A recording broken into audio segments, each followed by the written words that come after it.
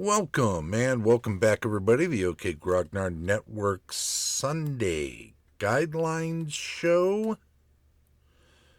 Today is Sunday, August 9th, 2026. In beautiful Lake Geneva, Wisconsin. And we're taking a part 2 look at the first edition AD&D Monster Manual. Was the first hardcover. It is also the first book in the 1E AD&D edition. Although it was just called Advanced Dungeons and Dragons then.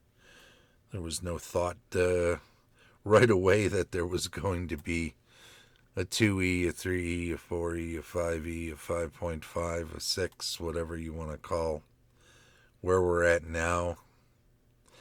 And honestly, they stopped calling it Advanced Dungeons and Dragons after 2nd edition, so there's that too. But I think it's worth noting. Well, let's have a look. Let's do that first. The Monster Manual. Such a classic cover. Let's, oh, I remember we wanted to take those off, put this on, and open this up. Here we go. We're going to take a quick look over here at this D&D Chronologically website, where this individual is compiling a chronological list of TSR D&D product releases, and doing so as he reads through all of them. It's a concurrent goal. I'm reading through all of TSR's D&D products in chronological order. Feel free to join in. For our part, we're looking at this point at the first edition Advanced Dungeons and Dragons Monster Manual, which comes out at the very end, December of 1977. And they would subsequently come out with the Player's Handbook in 78 and the Dungeon Master's Guide in 79. So one tome a year, one hardcover a year in Advanced Dungeons and Dragons over the course of 3 years. And this is why you will note that we always have original plus advanced in those in all these videos, because I started with original Dungeons and Dragons, and Advanced Dungeons and Dragons as it came out was incorporated into our games, and it was done piecemeal because the books were released over the course of several years. So our options were to continue on with as much original Dungeons and Dragons as was available, and then roll these additional rules and changes and adjustments in as they were released. And that's what we did. And this Monster Manual was the first of those that we were able to do that. You know, earlier I mentioned on the previous show when we were looking at the first Dragon magazine that I was wearing a Econ 3, EggCon 3, EGGCon 3 t-shirt with Chet Minton artwork on it And I wanted to point out that Chet has a bunch of stuff. It's currently on sale. I'm not sure the sale will last much longer than... It says the sale ends in 1 day. So it might only be going till tomorrow. But he's done such great work. I think it's worth pointing out some of the fantastic designs he has for t-shirts over here. A lot of fun ones. And I actually have a couple of new ones on the way for myself as well, so I'll be showing those off during some future shows. In the meantime, let me also just say that where we left off last time was in the explanatory notes. We got to look through frequency and number appearing, armor class, movement, hit dice, and percent chance and layer. But we didn't get to...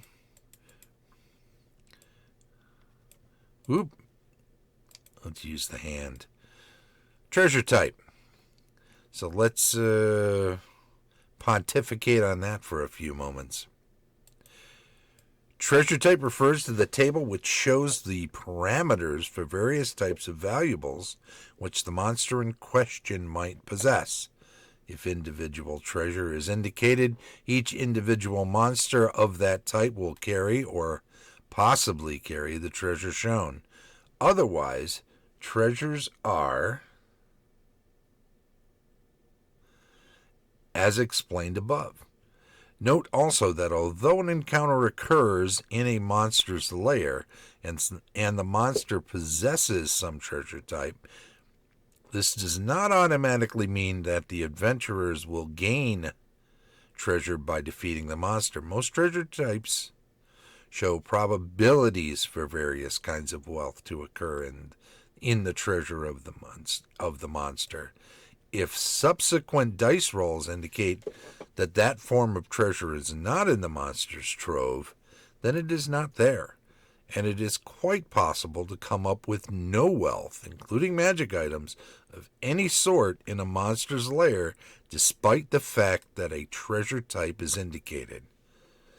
I enjoy to no end when playing in the sandbox off the cuff, running a creature, allowing folks to either encounter it in the lair or track back to its lair and search it, and then let them roll.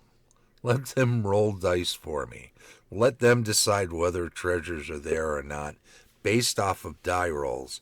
And then I determine how it's hidden, whether it's out in the open, whether it's in, and I'll use various means, various tables to determine if it's in trapped chests, if it's hidden behind a secret wall or a secret door, or if it's under a floorboard, or if it's, I always, and you know what, I'll just share this. Nothing like having a treasure in the bedroom of an individual and using a post, a bedpost, as a place to hide a scroll, having to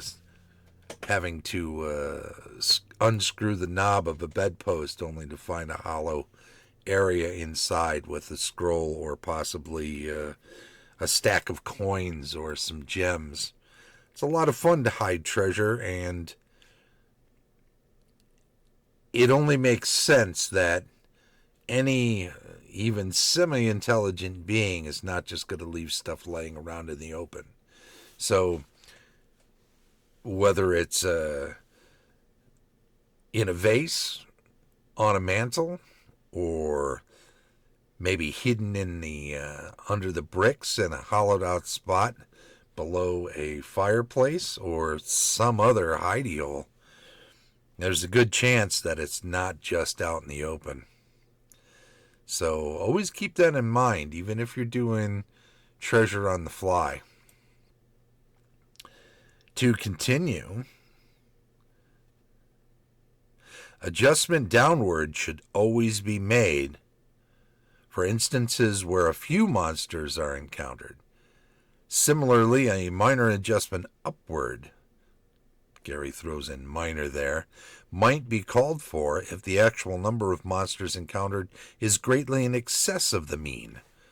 The use of treasure type to determine the treasure guarded by a creature in a dungeon is not generally recommended. Larger treasures of a given type are denoted by a multiplier in parentheses, times 10, etc., not to be confused with treasure type X. Number of attacks shows the number of basic attacks the monster is able to make during a given melee round. This number can be modified by hits which sever members, spells such as haste or slow, and so forth. It does not usually consider unusual or special attack forms. Multiple attacks usually indicate the use of several members, such as multiple heads or paws, raking with claws, and a bite from a monster's jaws. Damage per attack simply indicates the amount of damage a given attack will cause when it hits, expressed as a spread of hit points. If the monster employs weapons, the damage cannot, of course, be shown, for it depends on the type of weapon employed by a particular monster.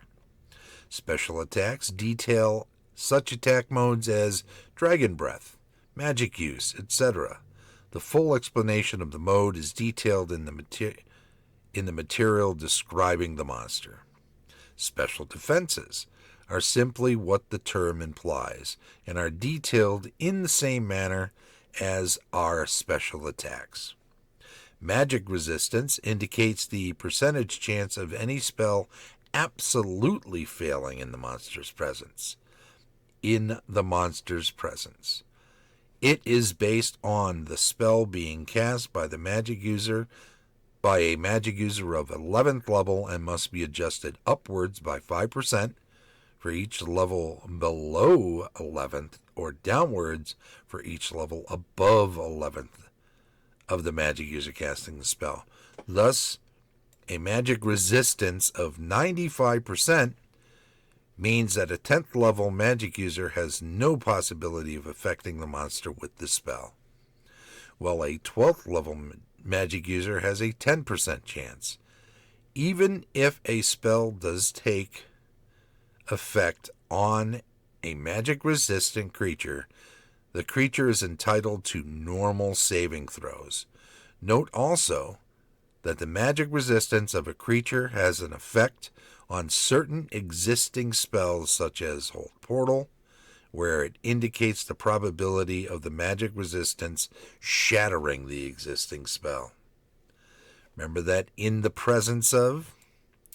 We've discussed intelligence in another video on ability score checks, so I won't go into the details of that here, except to point out once again that 3 to 18 covered there, but also 19, 20, and 21 plus, and that is further discussed and shown off in the Deities and Demigods book as going far above that as well in some cases. Godlike intelligence, 21 plus, right? Alignment shows the characteristic bent of a monster to law or chaos, good or evil, or towards neutral behavior possibly modified by good or evil intent. It is important with regard to the general behavior of the monster when encountered. Size is abbreviated as S, smaller than a typical human. M, approximately man-sized, 5 to 7 feet tall, and of approximate build. And L, larger than man size in one way or another, and generally having greater mass. Psionic ability and attack defense modes indicates the general capabilities, if any, of a monster in these areas. Where necessary, a sketch of the monster is shown. Details of information pertaining to a given monster are included immediately after the headings explained above. Now, we'll go into various creatures in some videos in the future. I won't go into the details of individual creatures here in this video. We will just go ahead and move on into the very end where we have the treasure types. We'll swing through the index of listings because, oops, what am I doing here? Oh, did that get moved? Oh, I see. All right, try this one more time. Index of major listings. So it's got all of the creatures here, but remember, they're in this encyclopedic volume in alphabetical order.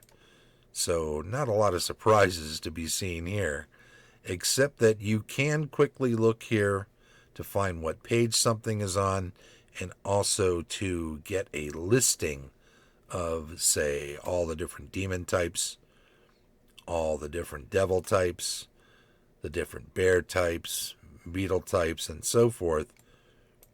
And they're all kind of, and dinosaurs. They're all kind of listed here in a way that makes it a little faster. Dragon colors, dragon types, giants as well.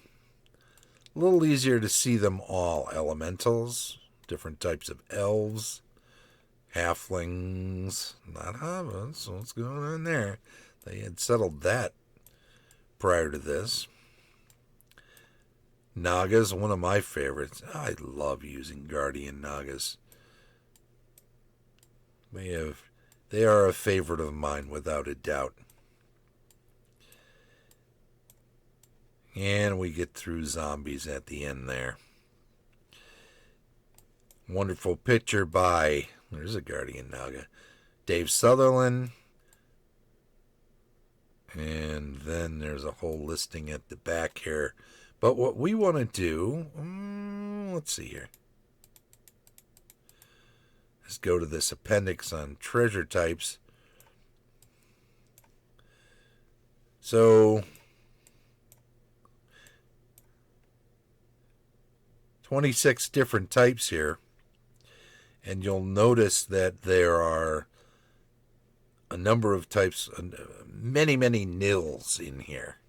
Which is to say that treasure type S, nil, nil, nil, nil, nil, nil, potions. So, by having these breakdowns like this,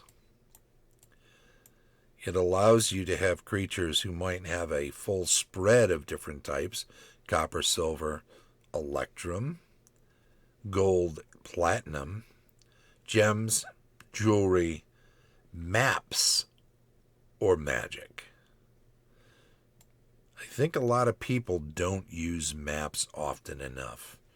Throwing them into a treasure to spark a new adventure, to point out something in a dungeon that was explored by a creature, and some details as to what might be hidden or what might be guarding other areas of a dungeon. I mean, why wouldn't a group of goblins scribble down on a piece of paper, perhaps, if they were, at least one of them is, and draw some pictures. They don't have to spell everything out with a language. They can just draw the head of a dragon if one of them has some artistic talent. In a cave complex, often some corner grotto where a dragon might be hidden. And it doesn't have to be a living dragon. It could just be that's their denotation for dragon-like creatures. Maybe that's their denotation for lizard men. Maybe their drawing is not perfectly accurate. And maybe it doesn't show everything along the way. Maybe it ignores certain doors. Maybe it doesn't notice certain secret doors. Maybe it does denote a secret door that otherwise could be missed by the player characters. And you're interested in giving them a chance at finding something that they couldn't find otherwise. Maybe it's a party without any elves, and maybe their chances are slim of finding secret doors. So you decide that it might make it a little more fair to give them a chance of finding a map that has some secret doors denoted on it.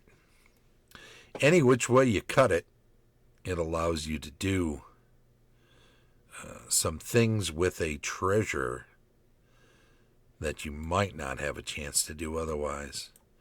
But notice some of these here. J is all about the copper. K is all about the silver.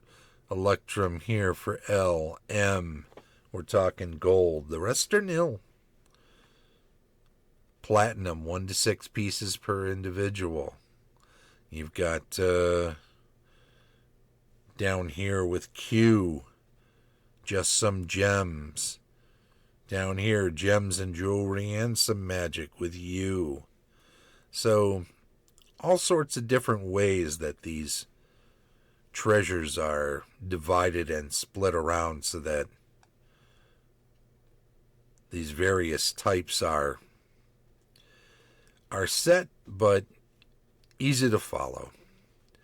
So I may have my players in a certain situation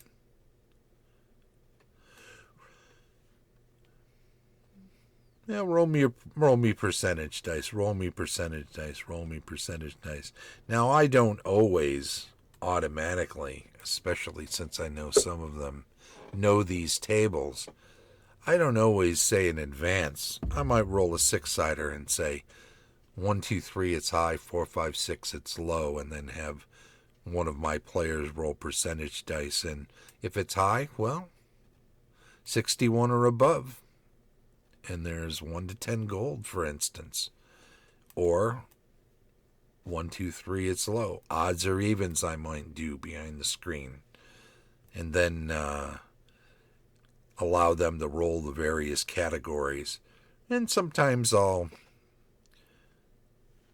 if the treasure types are only a few, I might still have everybody do some rolling, just so they all feel involved.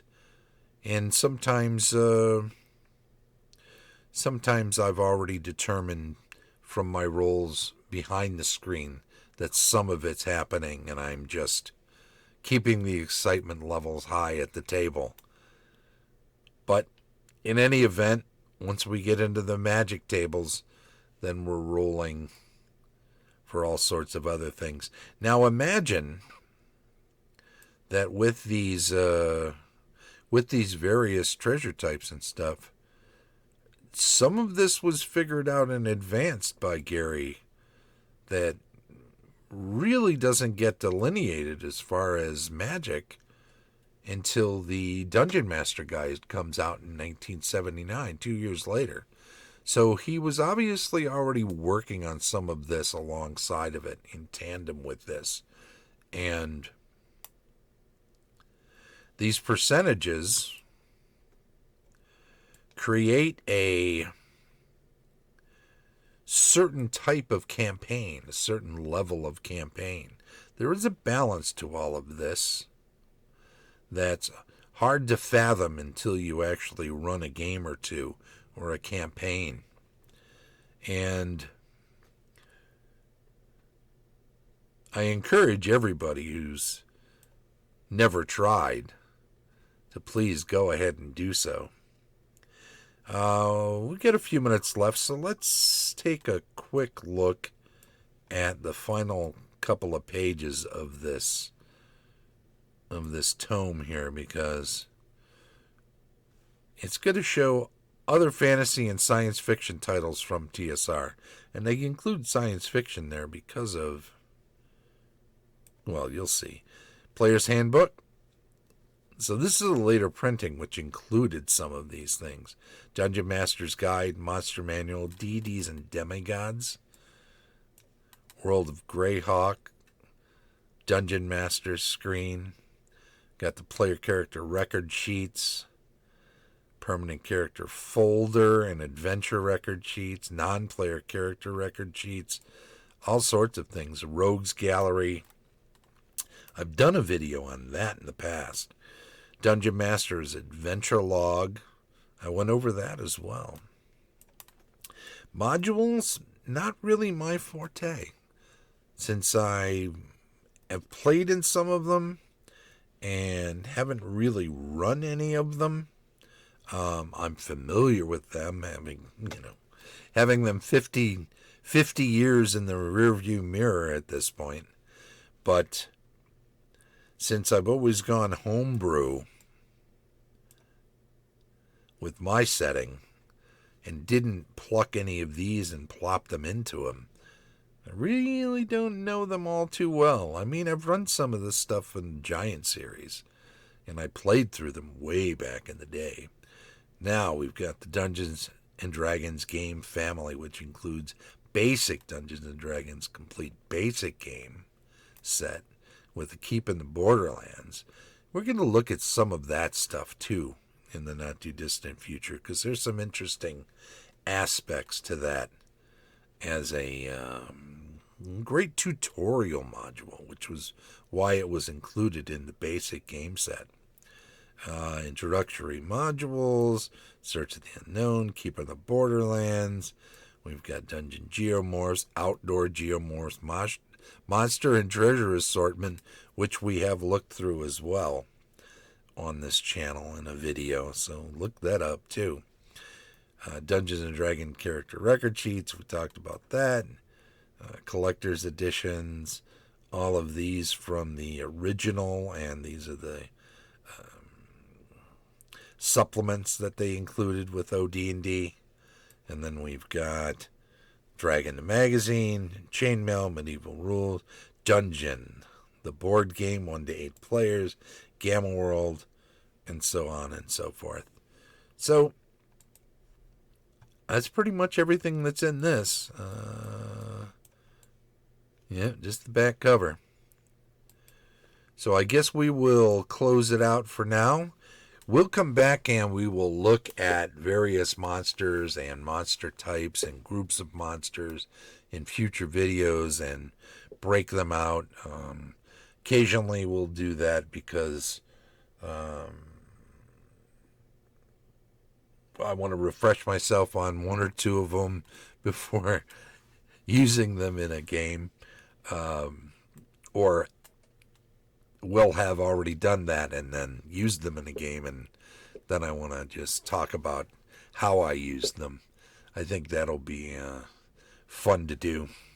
In any event, this is all about the Monster Manual, the 1E AD&D, the first edition Advanced Dungeons and Dragons Monster Manual, the first hardcover from TSR. This was part 2 of a series. Check out part 1 if you didn't see it already. And also, understand that shows are recorded on Twitch most Sundays, Wednesdays, and Fridays, and then uploaded to YouTube for convenient streaming. Like, subscribe, follow, all of that stuff. It would be greatly appreciated. And don't forget that I do thank everyone. Thank you to all who watch and support my efforts.